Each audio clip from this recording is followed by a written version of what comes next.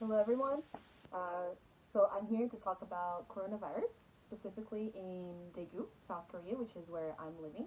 And I've been reading a lot in international news that uh, saying that Daegu is on lockdown.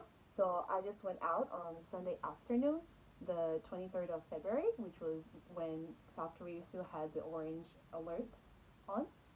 And here is the video. Yeah, for the most part, there aren't a lot of people outside, but there are some in coffee shops without a mask on, and some older people in parks playing games. Some with, some without mask.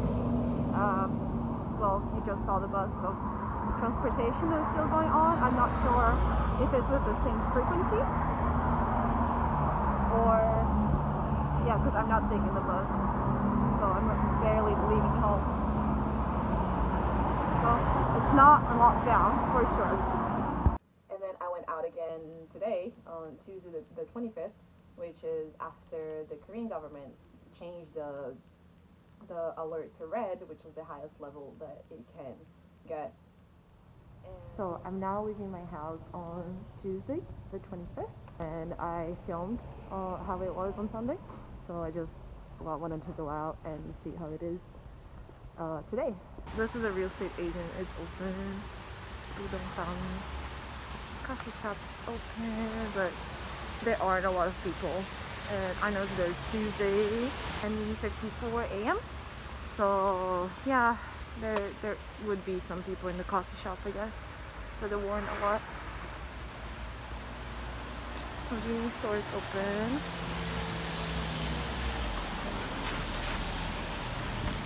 Let's see if the postal office is open. Seems open. There are a lot of workers inside. Everyone is wearing masks though. Yeah. This is a soup place, Daegu. It seems open. Let's just walk around a little bit and see how it is. There are definitely more cars today than there were yesterday.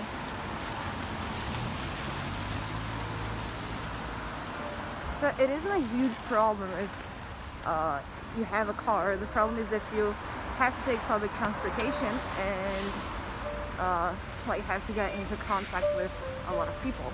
That is a problem. So the fact that there are a lot of cars is the car themselves are not worrying. The worrying part is that those people are going somewhere, right? Probably to work. So that's what's worrying me. These buses would usually have a lot more people. There are only a couple in this bus. Only a couple in that bus too. Let's see. It seems like it might be coming with the same frequency. Oh, there's a notice down there about corona. Wear mask. You need mask. Call 1339 if you're showing symptoms. So why are people so worried about this coronavirus? Exactly 1 week ago from today, on last Tuesday, there was only one known case in Daegu, and now there's 442 as of yesterday. So the worrying part is that the number of infected basically exploded in a week. So now I'll talk a little bit about my experience here in Korea. I'm a grad student at a Korean university, and right now classes haven't started yet. So it's good in this situation. So what the university did was postpone the beginning of classes. However, there are still a lot of active grad students going to research labs every day, and no, the university hasn't positioned themselves regarding that. So that has been a difficulty, and I've inquired the university, asking about this situation. What are we supposed to do? If are we still supposed to keep going to lab?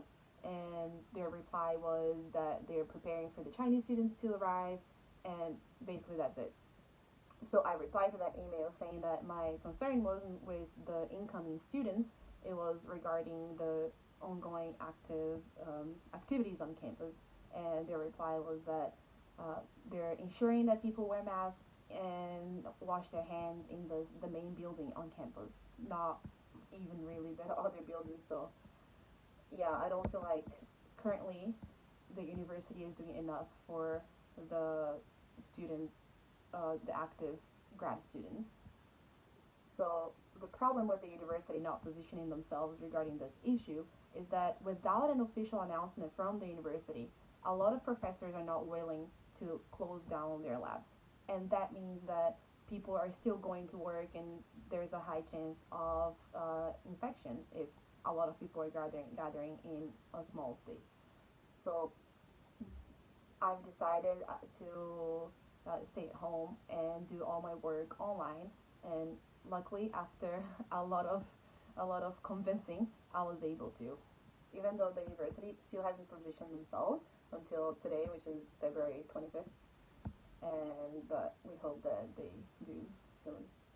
So another thing that I've been doing to prepare for that is I'm stocking up on water and food just as a precaution, and also to try not leave my house uh, as much as possible. But when this whole thing started, I bought masks, so I was able to buy them before the shortage, because now it's really hard, it's impossible basically to buy masks. And even so that yesterday, yeah, yesterday the supermarket was selling 30 masks per person, and there was a huge line of people trying to get them. So I'm lucky that I bought them before.